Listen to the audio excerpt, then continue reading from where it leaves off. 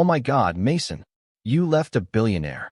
Julia's scream tore through the parking garage like shattering glass, her perfectly manicured hands clawing at her own face as the truth crashed down on her like a building collapse. You divorced a billionaire for me. What have we? Oh God, oh God, what have we done? But 72 hours earlier, Olivia Reynolds had no idea those words would ever be screamed. All she knew was the smell of antiseptic and the sound of her own breaking heart as she whispered into her father's ear, "Daddy, I'm not ready to say goodbye. Not yet. Not ever." Those were Olivia's last words to Lucas Reynolds before the machines in Mount Sinai Hospital's VIP suite fell silent. But she couldn't have imagined, couldn't have possibly known, that barely 48 hours after standing in the rain at Woodlawn Cemetery, watching them lower the only person who'd ever truly loved her into the ground, her husband Mason would be standing in their Tribeca living room with packed suitcases, telling her he was leaving. For Julia, the woman who'd shown up to the funeral in a tasteful black dress and Chanel No. 5, offering condolences with a smile that never quite reached her perfectly lined eyes. Olivia stood there, 7 months pregnant with a daughter who would never know her grandfather, still wearing her father's old Columbia University sweater that smelled like his cologne and morning coffee, and watched her husband choose another woman while her father's death certificate was still warm from the funeral home's printer. The rain from the cemetery was still drying in her hair. The dirt from placing yellow roses on his casket was still caked under her fingernails. But what shattered Olivia's world into pieces so microscopically small she thought she'd never draw breath again wasn't just the betrayal.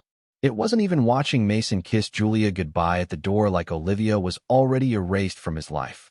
It was the red leather portfolio trembling in her hands.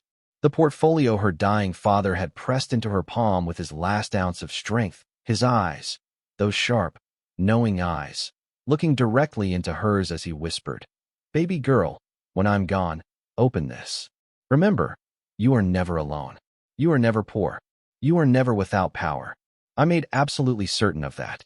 What Mason didn't know as he loaded his designer luggage into Julia's Mercedes, what Julia didn't know as she smiled in triumph at the broken pregnant woman still wearing funeral black, was that Lucas Reynolds, the quiet man who'd run a small community center in Brooklyn for 30 years, who'd worked double shifts so Olivia could afford NYU, who'd driven a beat-up Honda Civic held together with duct tape and stubborn determination, wasn't just a community center director.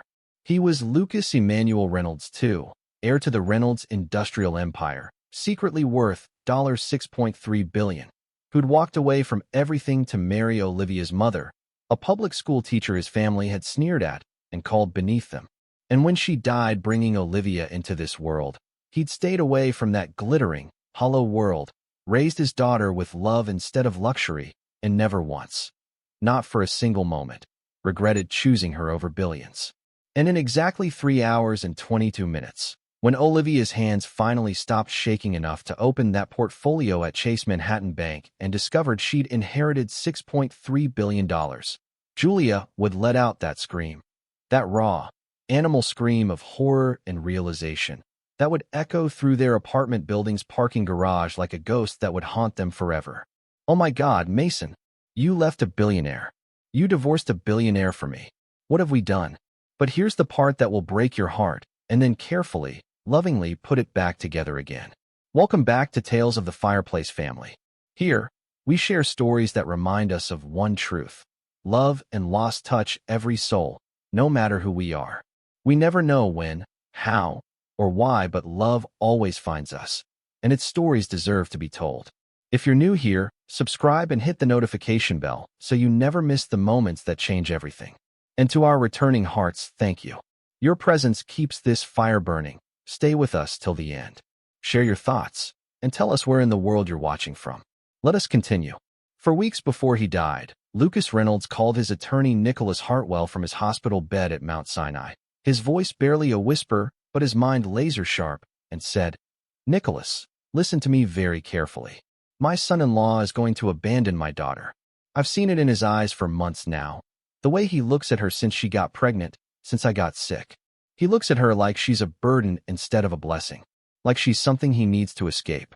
There was a pause as Lucas gathered his strength, the ventilator hissing beside him. So I need you to make absolutely certain that when he walks away, and he will walk away, thinking he's trading up for something better, something shinier, he can never, ever touch what I'm leaving her. Make it ironclad. Make it bulletproof.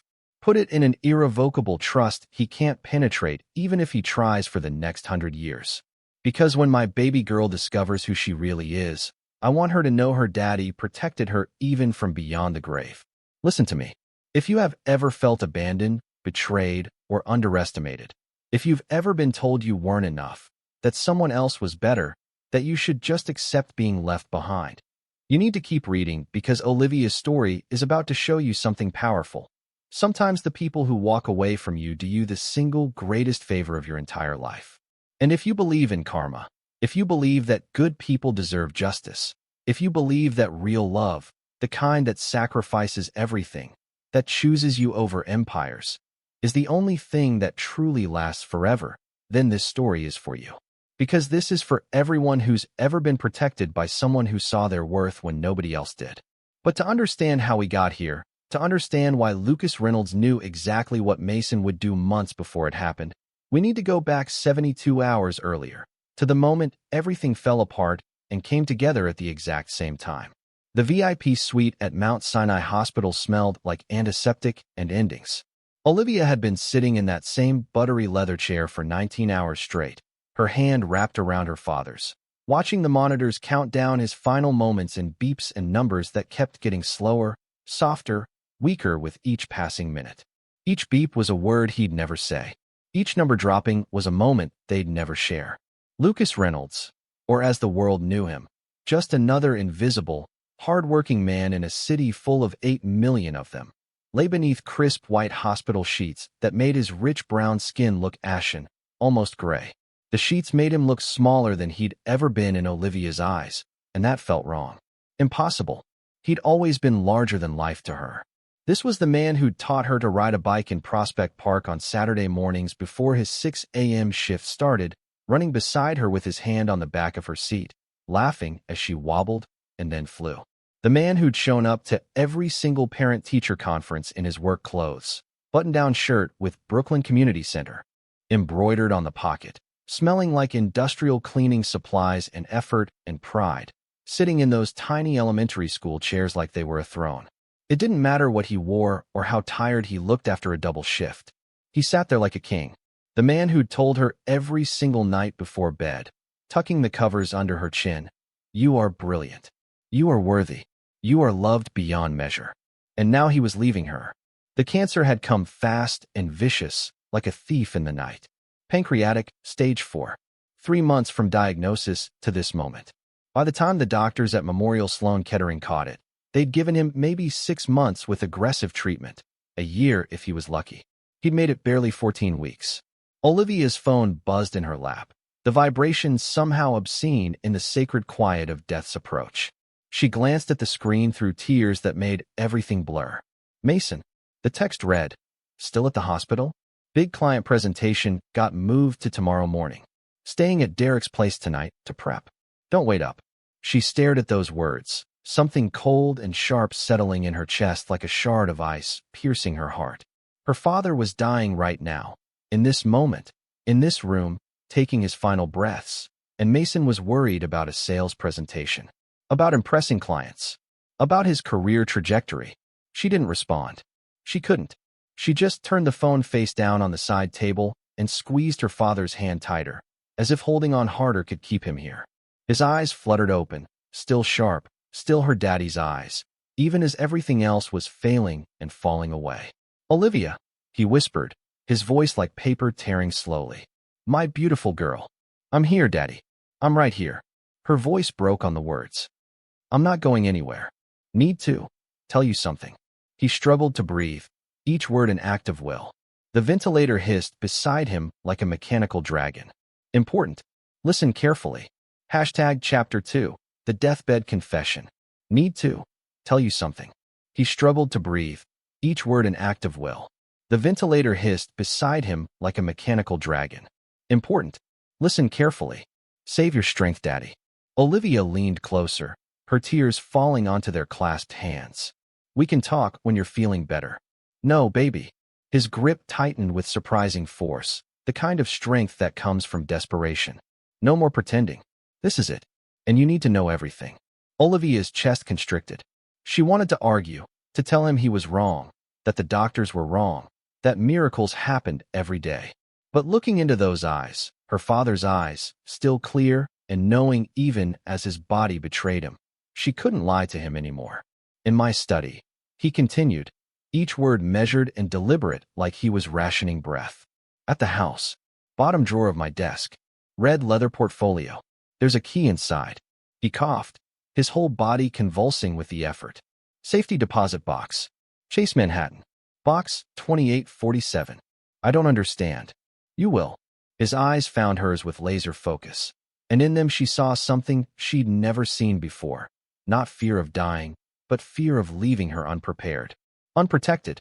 Promise me. Promise you'll go there. Promise you won't tell anyone, not anyone, until you understand everything. I promise, Daddy. I promise. Not Mason. His voice gained sudden, startling strength, like his body was marshaling its last reserves for this warning. Especially not Mason. Olivia's breath caught in her throat. What? Why would you? Because I see him, baby. Lucas's words came faster now, urgent. I see how he looks at you. Now that you're pregnant. Now that I'm sick. Like you're a burden instead of a blessing. Like you're something he has to carry instead of someone he chose to love. Daddy, that's not. But even as she said it, she thought of that text message. Asterisk, big client presentation. Staying at Derek's. Don't wait up. Asterisk, while her father died. I changed my will. Lucas's breathing grew more labored, the monitor beeping irregularly. 4 weeks ago. Added protections. For you. For my granddaughter. He smiled through the pain, touching her swollen belly with trembling fingers. He can never touch it. Never. No matter what he tries. Touch what? Daddy, what are you talking about? But the machines were changing their rhythm now, the beeps spreading further apart like a drumbeat slowing to silence. A nurse rushed in, checked the monitors, and her face, professional, practiced, but unmistakably sad, told Olivia everything she needed to know. Mr. Reynolds, the nurse said gently, her hand on his arm. Do you want us to? No, Lucas whispered, his eyes never leaving Olivia's face. No machines. No heroics. Just my daughter. Just us. The nurse nodded solemnly, squeezed Olivia's shoulder with quiet compassion, and left, closing the door with a soft click that sounded like the world ending. Lucas looked at Olivia, and despite everything, despite the cancer eating him alive, despite the pain that must have been unbearable, despite death literally in the room with them, he smiled. That smile. The one he'd given her every morning of her life. The one that said, "You are my sun, my moon, my reason for everything." You know what the best day of my life was? Olivia shook her head, unable to speak past the sob lodged in her throat like broken glass. The day your mama put you in my arms. His voice was getting softer now, fading. You were so tiny, so perfect. And I looked at you and I thought, this is it. This is what I was born for. Not money, not power, not all the things my family tried to make me worship. Just this. Just loving you. Mama. Olivia's voice cracked into pieces. Her mother, who she'd never known, who died bringing her into the world. She was a teacher, Lucas continued, his eyes distant now, seeing something, someone, Olivia couldn't. Beautiful. Kind. Everything pure in this world. My family hated her. He laughed, a broken sound. Said she wasn't good enough. Wasn't our class. They gave me an ultimatum. Her or the inheritance. Olivia froze. What inheritance? I chose her, baby. Every single time, I chose love. I chose her, baby. Every single time, I chose love. Lucas smiled through the agony. And when she died bringing you into this world, I chose you. I walked away from billions to raise you right, to teach you what actually matters. Billions. Olivia felt like the room was tilting, like gravity had stopped working. Daddy, what are you? My real name. Each word was getting harder now, his chest rising and falling with visible effort. Is Lucas Emmanuel Reynolds too? The name hit her like a physical blow. Reynolds. She'd heard that name before. On buildings. In newspapers. Reynolds Industrial Holdings, one of the biggest conglomerates in America. My grandfather's empire, Lucas continued, reading the recognition in her eyes. I was supposed to take over. Supposed to marry some socialite my mother handpicked. Some woman who looked good in pearls and knew which fork to use. He coughed, wincing. But I met your mama at a charity gala. She was there with her principal, representing her school. And I knew. The moment she laughed at something I said, I knew she was my real life. So you just left? Olivia's mind was reeling, trying to reconcile the father she knew, the man who'd driven that beat-up Honda, who'd made peanut butter sandwiches for her school lunch because that's what they could afford, with what he was telling her. I left everything. Lucas's voice was filled with a peace that transcended the pain. Changed my name. Got a job at the community center. Built a real life. A life based on love instead of stock portfolios and board meetings. You've been rich this whole time? The words felt absurd leaving her mouth. Not rich, baby. Wealthy. He smiled, that knowing smile. There's a difference. Rich is what you have. Wealthy is what you are. His hand moved to touch her face, his fingers trembling. And you, my darling girl, are the wealthiest person I've ever known. You have character, integrity, a heart so big it terrifies me sometimes because the world doesn't deserve it. Why didn't you tell me? Because I wanted you to grow up normal. His breathing was becoming more labored, rattling in his chest. To marry someone who loved you, not your bank account. To know your own strength without the burden of billions defining you. He paused, gathering strength. But I never stopped managing it, growing it, protecting it for you. The monitors were screaming now, alarms piercing the air. Olivia wanted to call the nurses back, wanted to demand they do something, anything. But she couldn't let go of his hand. The portfolio, Lucas gasped, pulling her close with his last reserves of strength. It explains everything. The trusts, the protections, the empire. He looked into her eyes one final time, and she saw everything there. 32 years of unconditional love compressed into a single moment. And baby, trust the plan. I know it's going to hurt. I know what's coming. But trust the plan. What's coming? Daddy, what do you mean? But his eyes were closing, his grip weakening. You are never alone. Each word was a whisper now, barely audible over the machines. You are never poor. You are never powerless. I made absolutely certain of that. Daddy, no. Please, don't leave me. I love you, Olivia. His voice was barely a breath. More than all the money in all the world. You are my greatest treasure. My only treasure. The only thing that ever mattered. And then he was gone. Just like that. The machines flatlined with a sound that would echo in Olivia's nightmares forever. A single, continuous tone that meant everything had ended. She collapsed onto his chest, sobbing so hard she thought her lungs would collapse, clutching his hospital gown in her fists, breathing in the fading smell of him one last time. Irish Spring soap and black coffee and unconditional love. She didn't hear the door open. Didn't hear the nurses come in with their gentle hands and softer voices, murmuring condolences that meant nothing, touching her shoulders with practiced sympathy. Didn't hear them tell her it was time to let go, that he was at peace now, that he wasn't suffering anymore. All she heard was silence. The deafening, suffocating silence where her father's voice used to be. And in her pocket, her phone buzzed. Through her tears, through the grief that was drowning her, she pulled it out with shaking hands. Mason, hey babe, Derek's girlfriend showed up too. We're all gonna grab drinks. Probably be a late night. You good? Olivia stared at that text, at the casual cruelty of it, at the emoji at the end like this was just another Tuesday. And her father's words echoed in her head like prophecy. I see how he looks at you. Like you're a burden instead of a blessing. For the first time in her marriage, sitting in that hospital room with her father's body still warm beside her, Olivia Reynolds saw it too. And something inside her, something she didn't even know existed, began to turn cold and sharp and clear. The rain hammered down on Woodlawn Cemetery like the sky itself was grieving. Olivia stood at the edge of her father's grave, her black maternity dress soaked through and clinging to her 7-month belly, her hand resting protectively over her daughter as if she could shield her from this moment. As if she could protect her from a world where grandfathers died before you could meet them. The mahogany casket, the nicest one the funeral home had, because Olivia had insisted, had paid for it with her credit card even though she had no idea how she'd make the payment, was being lowered into the ground with mechanical precision. The yellow roses she'd placed on top, his favorite, were already wilting in the rain, petals washing away into the mud like tears. There were maybe 30 people there. Former co-workers from the Brooklyn Community Center, their faces creased with genuine grief. Mrs. Chun from the front desk, sobbing into a handkerchief. A handful of neighbors from his building.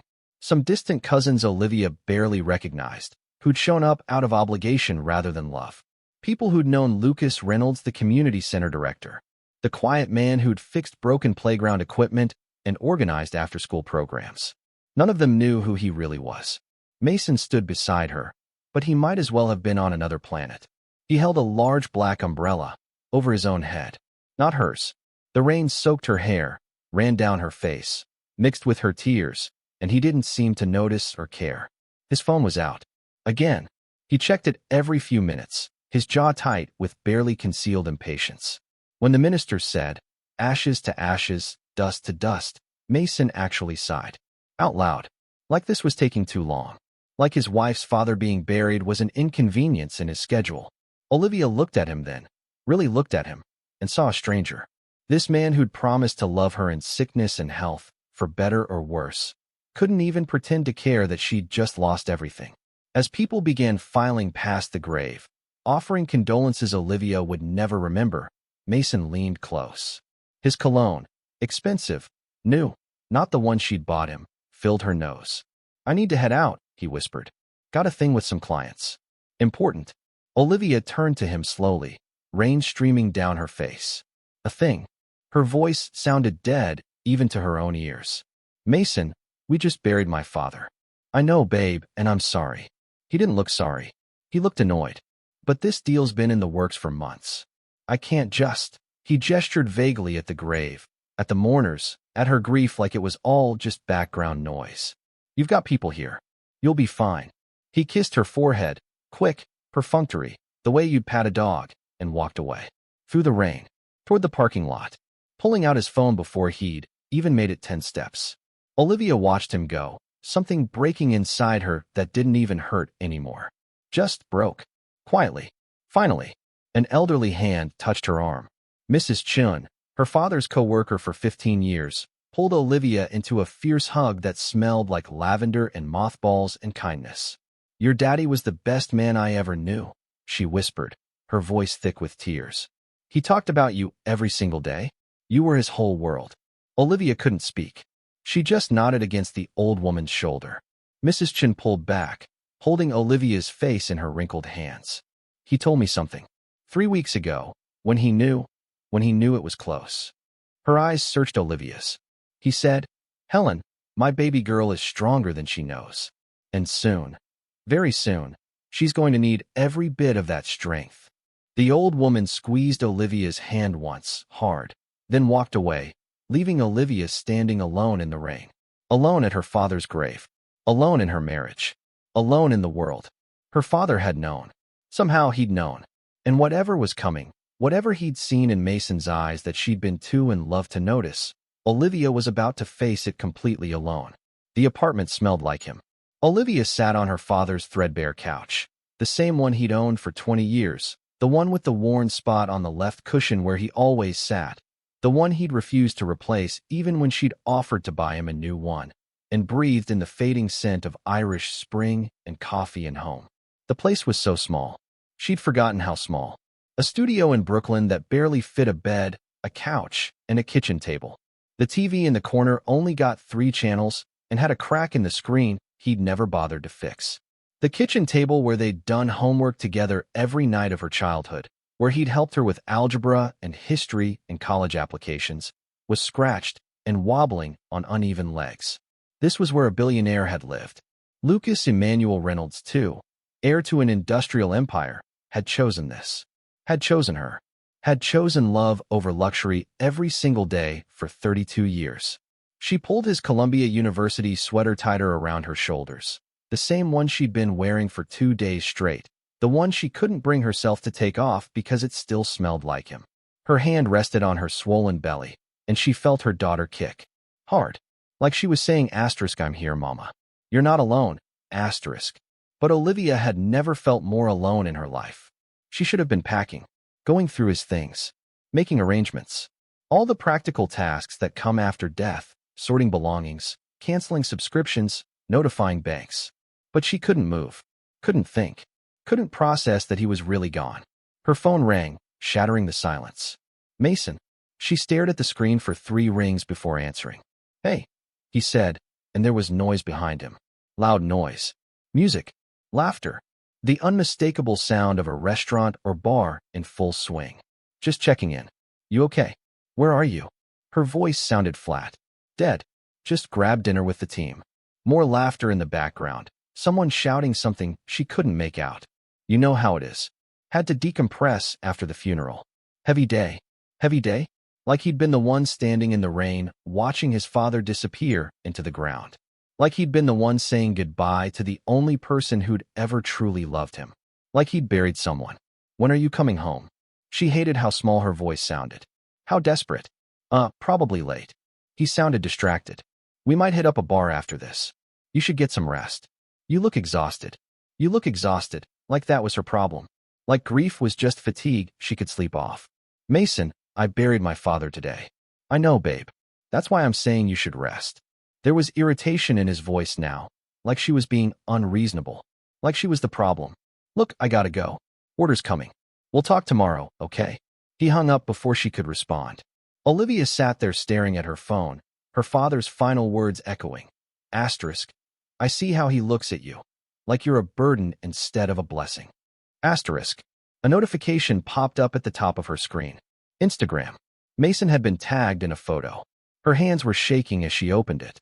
There he was, her husband, sitting in a booth at some trendy restaurant she'd never heard of, all exposed brick and Edison bulbs, and the kind of place where appetizers cost $40. He was smiling, actually smiling, and next to him, pressed close enough that their shoulders touched, was a woman Olivia had never seen before. She was beautiful, stunning, really. Flawless dark skin, bone structure that belonged on a magazine cover, wearing a red dress that probably cost more than Olivia's monthly rent. Her hair was done in perfect box braids, her makeup was flawless, and she was laughing at something Mason had said, her hand on his arm. The caption read, "Celebrating new beginnings with my favorite people, clinking glasses sparkles, #blessed, #new chapter." Posted by @JuliaChenNYC. The account was public. Olivia clicked on it with trembling fingers. Julia Chun, Senior Marketing Director at Apex Solutions. Mason's company. The name was familiar. Mason had mentioned her before. His boss. The woman he was always having meetings with. Late meetings. Weekend meetings. Just work, he'd always said. Olivia scrolled through Julia's feed, and each photo was a knife twisting deeper. Designer handbags. Luxury vacations in Santorini and Dubai. Rooftop parties in Manhattan. The kind of life that screamed success and ambition and everything Mason had always wanted. Everything Olivia, with her modest social work job and her pregnant belly and her dying father, could never give him. She scrolled further back, and there it was. 6 weeks ago. A photo of Mason and Julia at what looked like a concert. His arm was around her waist. Her hand was on his chest. Both of them smiling like they'd won the lottery. The caption made Olivia's blood run cold. "When you know 2 hearts #soulmates exist #finally." 6 weeks ago, while her father was dying, while Olivia was spending every night at Mount Sinai Hospital, holding Lucas's hand, watching the cancer eat him alive, while she was drowning in grief and fear and the devastating knowledge that she was about to lose the only person who'd ever truly loved her. Mason had been building a whole other life with someone else. Olivia kept scrolling, and the evidence mounted like a prosecution's case file. More photos. Mason and Julia at a beach. Where had he said he was going that weekend? Client retreat. Mason and Julia at what looked like a hotel bar, the image carefully cropped, but not carefully enough. You could see the edge of a hotel room key card on the table. The affair had been going on for months, maybe longer, while Olivia was pregnant with his child, while her father was dying, while she was falling apart. Mason had been falling in love with someone else. Someone successful, someone going places, someone who wasn't a burden. The nausea hit her like a wave. Olivia ran to the bathroom and vomited, her body rejecting the reality like poison. She heaved until there was nothing left, until she was just dry sobbing over the toilet, one hand clutching the rim and the other pressed against her belly where their daughter, kicked and turned, oblivious to the fact that her father was a monster. When she finally stopped shaking enough to stand, Olivia looked at herself in the mirror above the sink. Her eyes were swollen from 2 days of crying. Her face was pale, almost gray. Her hair was a mess. Her pregnant belly pushed against her father's oversized Columbia sweater, making her look exactly like what she was, a broken woman who'd lost everything. And in that moment, staring at her own devastated reflection, something shifted inside Olivia. Something cold, something clear, something sharp as a scalpel. Her father's words came back to her. Asterisk, in my study. Bottom drawer. Red leather portfolio. Safety deposit box at Chase Manhattan. Box 2847. Asterisk. Tomorrow, she would go to that bank. Tomorrow, she would find out what her father meant about being Lucas Emmanuel Reynolds too. About the billions he'd walked away from. About the protections he'd put in place. Because right now, in this bathroom, in this tiny apartment, wearing her dead father's sweater and carrying a child whose father was already gone in every way that mattered, Olivia felt like the most powerless person on earth. But her father's last words to her had been, asterisk, you are never alone. You are never poor. You are never powerless. I made absolutely certain of that. Asterisk. She didn't understand what he meant yet. But tomorrow, she would. Olivia walked back to the living room, sat down on her father's couch, and opened her phone one more time. She looked at Julia's Instagram again. At that photo from tonight. At Mason's smile. At the caption about new beginnings. And she understood. He was going to leave her. Maybe tomorrow. Maybe next week. But soon. Very soon. He was going to choose Julia, with her success and her designer clothes and her ambition, over Olivia and their baby. Her father had known. Had seen it coming. Had warned her. Asterisk, trust the plan. I know it's going to hurt. But trust the plan. Asterisk. Her phone buzzed. Another text from Mason. BTW. We need to talk when I get home. Something important. There it was. The words that never mean anything good. The words that come before the end. Olivia stared at that text, and something inside her, something she didn't even know existed, something that had been forged in the fires of grief and betrayal, began to crystallize into something harder than diamond. She texted back. Okay. One word. No emotion. No questions. Just acknowledgement.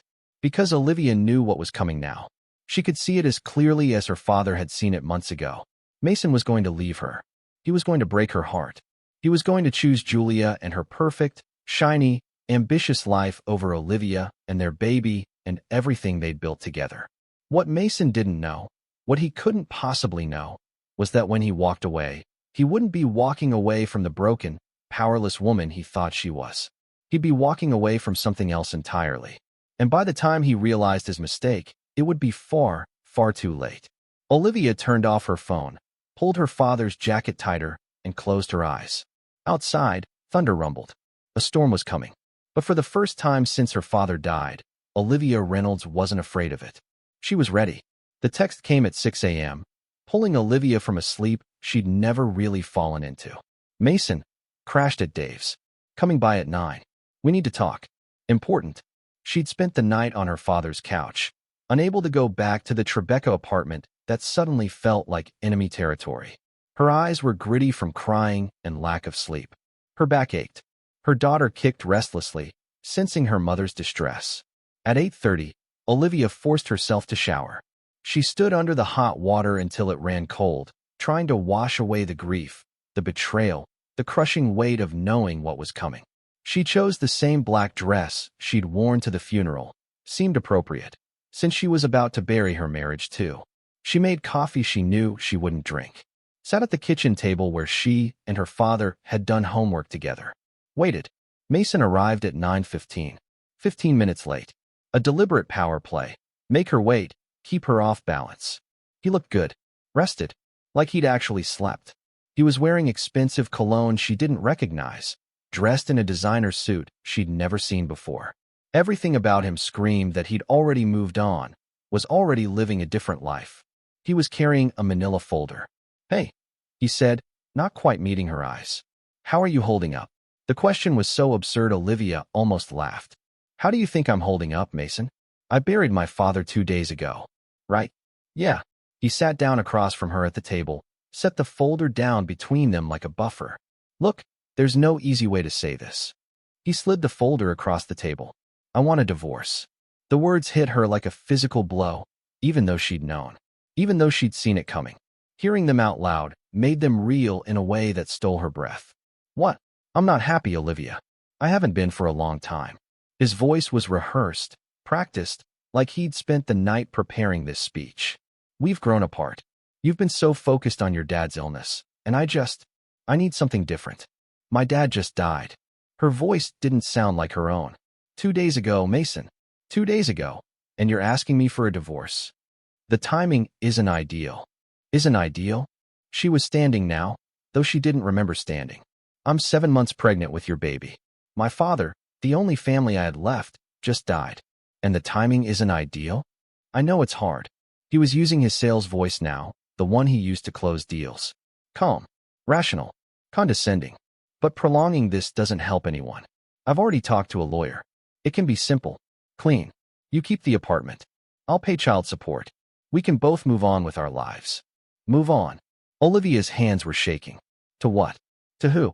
She pulled out her phone, opened Instagram, shoved it across the table, showing Julia's profile. To her. Mason's face went carefully blank. Olivia. How long? Her voice rose, something breaking inside her. How long have you been sleeping with your boss while I was watching my father die?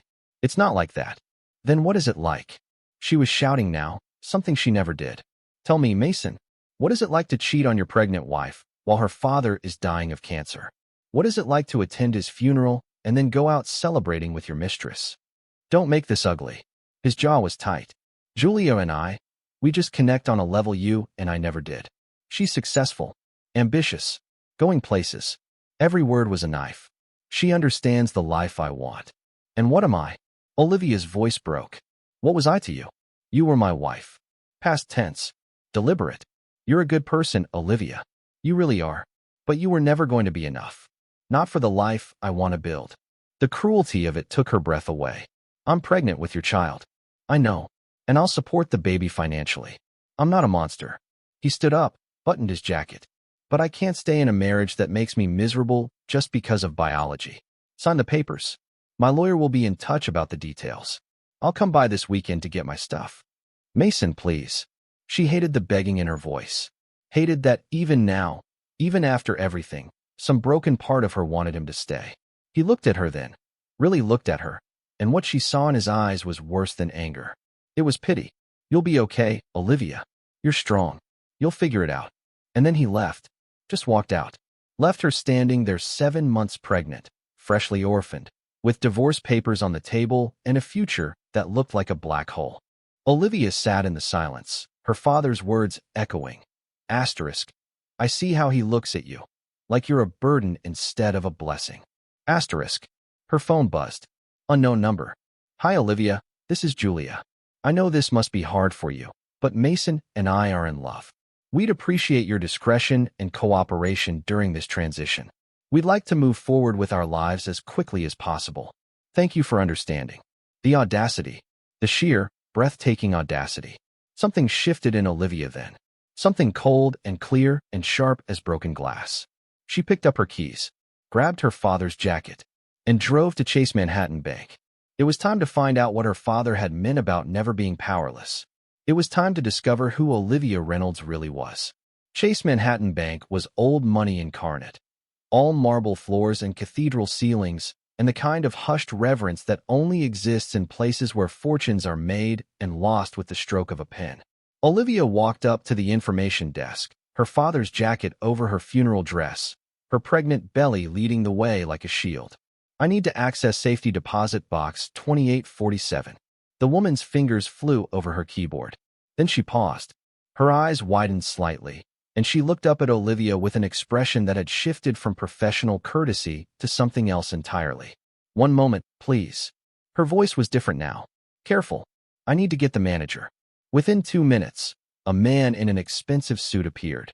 Silver hair, kind eyes, the bearing of someone who'd spent decades managing other people's wealth. Miss Reynolds, he said, and there was respect in his voice that hadn't been there for the receptionist. I'm Gerald Whitmore, branch manager. Please, follow me. He led her down a hallway, through a security door, into a private room that felt more like a vault than an office. He used his key and Olivia's. the one from the red portfolio, to open box 2847. I'll give you privacy, he said quietly, and left, closing the door with a soft click. Inside the box was a single large envelope. Olivia's hands shook as she opened it. The first thing she saw was a letter in her father's handwriting, that familiar script she'd know anywhere. But beneath it were documents. So many documents. Stock certificates with company names she recognized from the Fortune 500. Property deeds for addresses in Manhattan, Los Angeles, Miami. Bank statements with numbers that didn't make sense. Numbers with so many zeros they looked like typos. She read the letter first, and with each word, her entire understanding of reality shifted. My dearest Olivia, asterisk if you're reading this, I'm gone, and you're probably confused. Maybe scared. Definitely grieving. I'm so sorry I'm not there to hold you through this, to explain it in person, to see your face when you realize who you really are, asterisk. But baby girl, it's time you knew the truth. Asterisk my real name is Lucas Emmanuel Reynolds too. Reynolds Industrial Holdings, my grandfather's empire. I was supposed to take over at 23, supposed to marry Caroline Ashford Price, a woman my mother handpicked who looked good in pearls and knew how to navigate society galas. I was supposed to build the dynasty, carry on the legacy, worship at the altar of wealth and power, asterisk. Asterisk, then I met your mother at a charity event. She was there representing her school, a public school teacher in a borrowed dress, nervous and beautiful and real in a room full of people who'd forgotten how to be human. And I knew. The moment she smiled at me, I knew she was my real life. Asterisk. Asterisk my family gave me an ultimatum, her or the inheritance. I chose her. I chose love. I walked away from everything, changed my name, got a job at the community center, and never looked back. Asterisk. Asterisk, but I never abandoned the money, Olivia. I just hid it. Managed it quietly through trusted attorneys. Let it grow. Protected it. For you. Always for you. Asterisk. Asterisk 3 weeks ago, I restructured everything. Put it all in an irrevocable trust that Mason can never touch, no matter what he tries, no matter what lawyers he hires. Because I saw what was coming. I saw how he looked at you.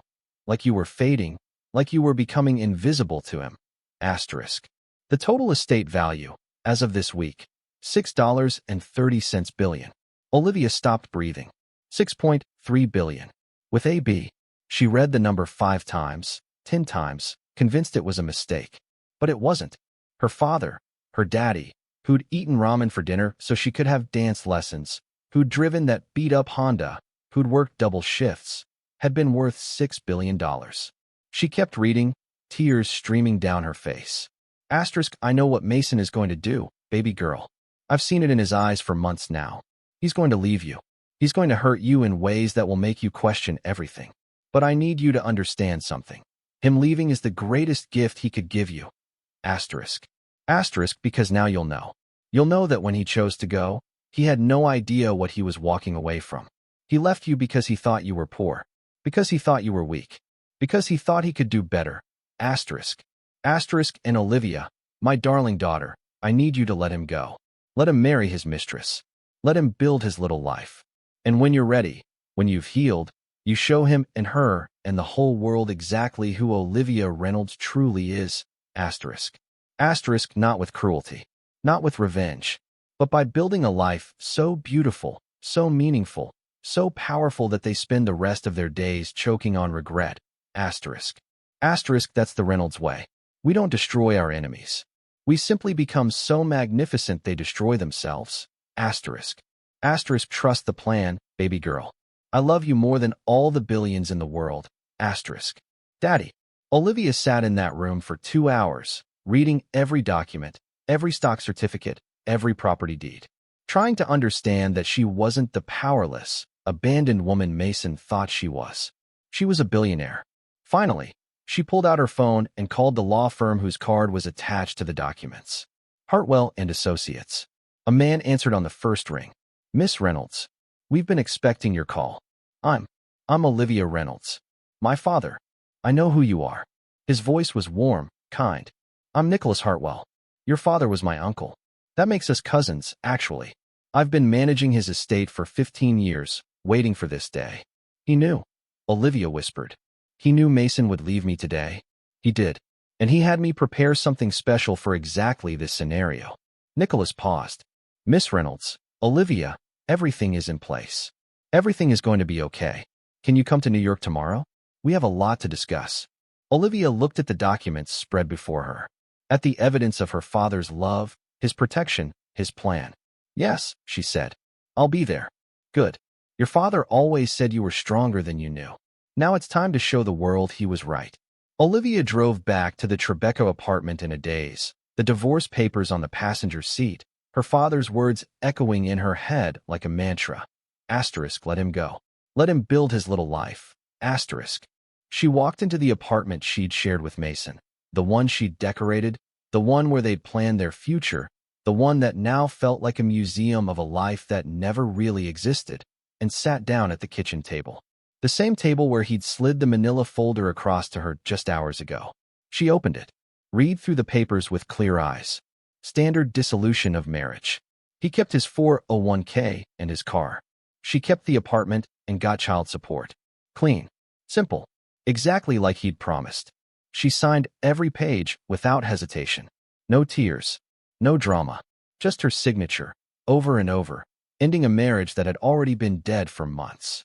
She just hadn't known it yet. She addressed the envelope to his lawyer, left it on the counter where Mason would see it when he came for his things this weekend. Her phone rang. Nicholas Hartwell. I can have a private jet ready for you tomorrow morning, he said. 7 a.m., Teterboro. We have a lot to discuss. No. The word surprised even her. Thank you, but no. I need one more day of being regular Olivia. One more day before everything changes. There was a pause, then a knowing chuckle. Your father said you'd say that. He knew you better than you knew yourself. Tomorrow afternoon, then. My office. We'll be ready. An hour later, her phone buzzed. Mason, did you sign? She stared at that text. The casual expectation, the assumption that of course she'd comply, that of course she'd make this easy for him. Olivia typed back, yes.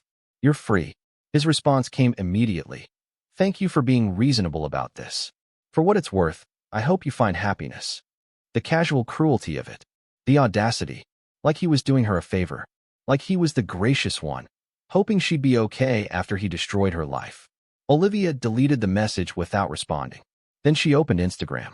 Julia's latest post was already there, posted 20 minutes ago. A photo at Tiffany & Company, Mason's arm around her waist, both of them beaming at the camera. On Julia's finger, a massive diamond ring that caught the light like a star. The caption, when you know red heart, #engaged, #new beginnings, #Mr. and Mrs. Soon. They'd gotten engaged. Today. The same day Mason asked for a divorce. The same day, literally the same day, as Lucas's funeral. Something shifted in Olivia then. Not anger. Not even hurt anymore. Something colder. Something patient. Something her father had spent 32 years teaching her, even though she hadn't understood what the lessons were for. Dignity in the face of cruelty. Grace under pressure. The long game. She clicked on the comment box and typed, congratulations. I wish you both all the happiness you deserve. Every single word meant exactly what it said. She hit post and put her phone down. Within an hour, her phone was exploding with notifications. The post had gone viral in their social circles. People who knew Olivia, who knew she'd just buried her father, who knew she was 7 months pregnant, were commenting in outrage. Asterisk, are you serious right now? Her father died 2 days ago. Asterisk. Asterisk, this is disgusting. You should be ashamed. Asterisk. Asterisk, didn't you just ask for a divorce this morning? And you're already engaged? What is wrong with you? Asterisk. Julia's comment section had become a war zone. Mason was being tagged, called out, exposed. Their celebration was turning into a public execution. But Olivia didn't see any of it. She'd already turned off her phone. She drove back to her father's Brooklyn apartment, the small studio that had been his kingdom. She wrapped herself in his Columbia sweater, lay down on his couch, and put her hand on her swollen belly where her daughter was doing somersaults. Your grandpa was a smart man, she whispered into the quiet. He knew exactly what he was doing. He knew exactly how this would play out. We just have to trust the plan, baby girl. We just have to trust. Outside, thunder rumbled. A storm was rolling in off the Atlantic, dark clouds gathering over the city. But inside, wrapped in her father's jacket, feeling her daughter kick against her palm, Olivia Reynolds felt something she hadn't felt in months. Peace. Not because she wanted revenge. Not because she was planning to destroy them, but because she finally understood what her father had been trying to teach her all along. The best revenge isn't destruction. It's becoming so magnificent that your enemies destroy themselves just by watching you rise. Tomorrow, she would meet Nicholas Hartwell. Tomorrow, she would begin learning how to be Lucas Emmanuel Reynolds II's daughter, not just in name, but in power. Tomorrow, everything would change. But tonight, she would sleep, and she would dream of her father, and she would trust the plan.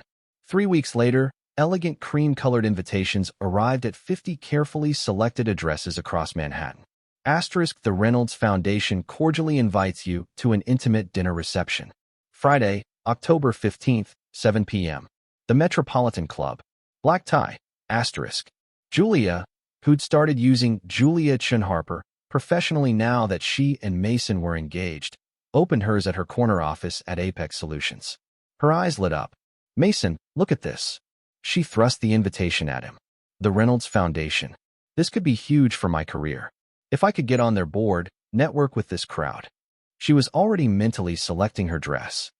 This is exactly the kind of event that leads to VP positions. She RSVP'd yes within the hour. Mason stared at the invitation, something cold settling in his gut. Reynolds. Why did that name sound familiar? The Metropolitan Club was old money incarnate. Soaring ceilings adorned with gold leaf, crystal chandeliers that cost more than most people's houses, the kind of hushed elegance where power was whispered instead of shouted. Olivia arrived early, at 6:45, when the room was still being set up. She wore an emerald green maternity gown that had been custom-made by a designer who'd nearly wept when he learned who she was. Diamond earrings that had belonged to her Reynolds grandmother, a woman Olivia had never met but whose fortune she'd inherited, sparkled at her ears. At 8 months pregnant, she'd never felt more powerful in her life. At 7:15, Mason and Julia walked in. Mason looked uncomfortable in his rented tuxedo, his eyes darting around the room at the genuine wealth surrounding him. Tech billionaires, old money families, philanthropists whose names were on hospital wings. This wasn't his world, and everyone could tell. Julia looked confident in a red designer dress, her engagement ring catching the light as she scanned the room for important people to network with. She'd studied the guest list like a battle plan. They hadn't seen Olivia yet. She was standing in the back near the staging area, watching them.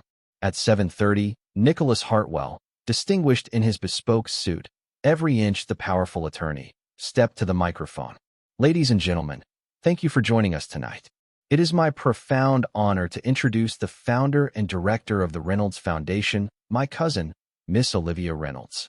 Olivia stepped into the spotlight. Every eye in the room turned to her, including Mason's, including Julia's. She watched recognition hit them like a freight train.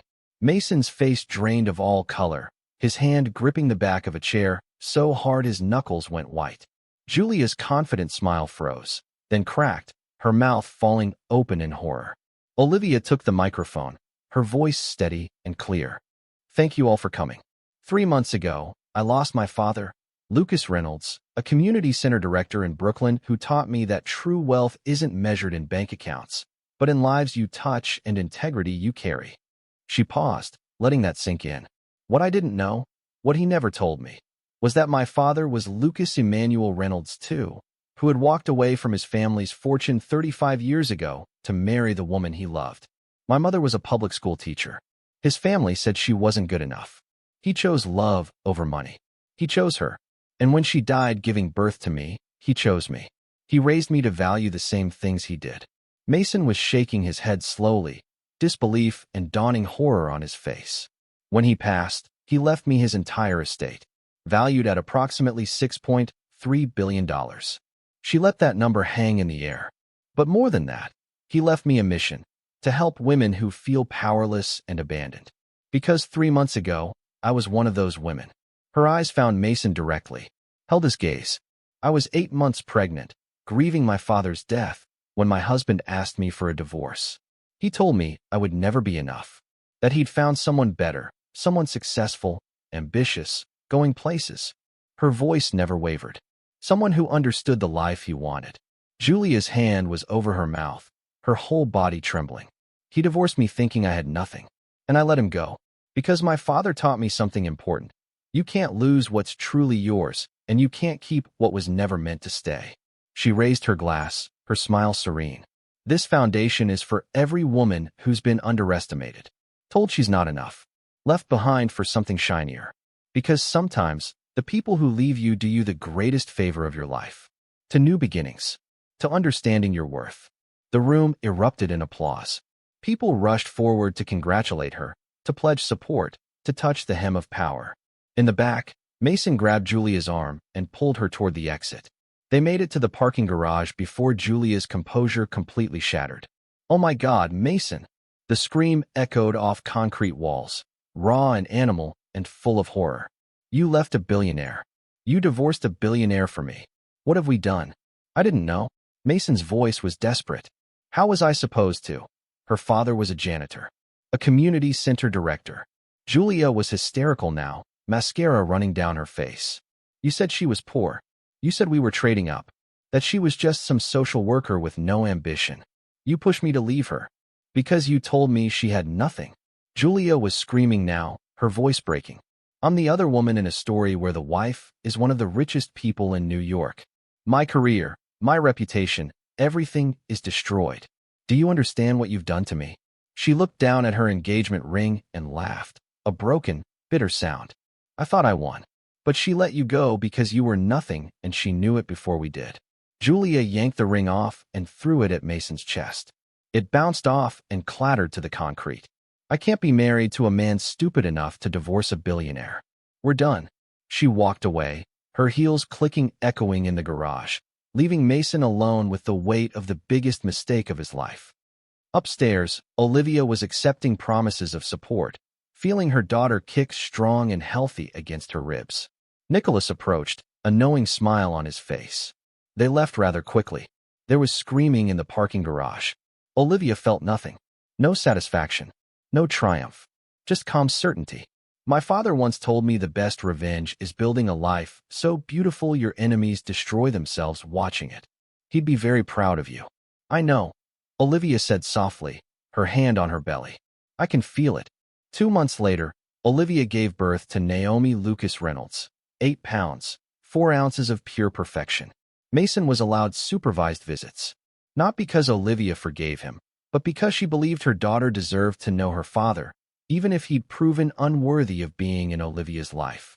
Julia moved to Boston to escape the scandal. The story of the parking garage screaming had gone viral on social media. She declared bankruptcy, took a lower-paying job where no one knew her name. The Reynolds Foundation flourished. In its first year, it helped 200 women, rent paid, jobs found, childcare subsidized, hope restored. 5 years later, Naomi started kindergarten at the same Brooklyn elementary school where Lucas had worked. Mason showed up for drop-off, watching his confident 5-year-old skip into the building, her hand in Olivia's. "She's amazing," he said quietly. "Yes," Olivia agreed, her eyes on her daughter. "She is." He wanted to say he'd changed, that he understood now, that he'd give anything for a second chance. But Olivia wasn't even looking at him. She was watching Naomi, and he realized with crushing finality, she wasn't thinking about him at all. He had become irrelevant to her story. She'd won not by destroying him, but by building a life so full, so meaningful, that his presence or absence made no difference whatsoever. Olivia stood in the morning sunlight outside her daughter's school, the school where her father had worked in obscurity, where he'd taught her that character matters more than cash. And his words echoed in her heart. Asterisk, you are never alone. You are never poor. You are never powerless. Asterisk. She knew now that he'd been right. Not because of the billions, but because he'd raised her to understand. True power comes from within. True wealth is measured in love. And the people who leave you aren't losses. They're making room for the life you were always meant to live. What would you rate this story from 0 to 10? And where in the world are you watching from? Drop your country in the comments. Let's build a global community rooted in kindness, love, and second chances. If this story touched your heart, please subscribe and share it with someone who would enjoy it too. Your support brings us closer to our 1K subscriber milestone and fuels our mission to create more emotional stories centered on resilience, healing, and black excellence. Thank you for being part of this journey with us. Your presence truly matters.